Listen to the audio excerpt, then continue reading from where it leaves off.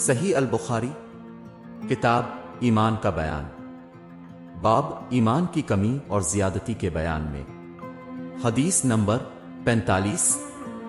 हजरत Umar bin Khattab रजी अल्लाह अन्हो से रवायत है कि एक यहूदी ने उनसे कहा कि ए अमीरुल मोमिनीन, तुम्हारी किताब कुरान में एक ऐसी आयत है कि अगर हम पर यानी यहूदियों पर वो आयत नाजिल होती तो हम इस दिन को जिस दिन वो नाजिल होती ईद मना लेते। अमीरुल मोमिनीन ने पूछा कि वो कौन सी आयत है?